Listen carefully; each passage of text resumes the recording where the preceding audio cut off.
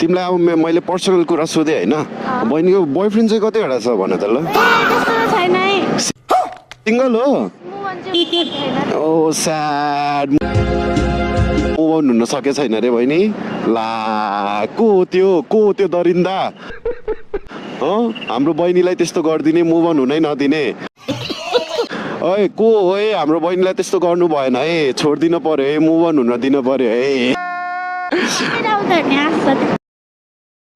oh my God टुरु लभै हो बहिनी ओ my God कति इयर्सको थियो नि 1 year 8 month प्रोबेबली 1 year भनेको 12 month भयो त्यसमा भनेपछि त लगभग 20 महिना जति भएछ त बहिनी है स्याडमा हो भनेपछि अहिले अनि याद आउँछ कि आउँदैन त बहिनी अनि ब्रेकअप भएको त्यस्तै 6-7 भएन 6-7 महिना तर मुभ अन हुन सके छैन अनि ऊ चाहिँ मुभ अन हुन सकेछ कि छैन त नि अनि ओ स्याड झन् स्याड है बहिनी है तर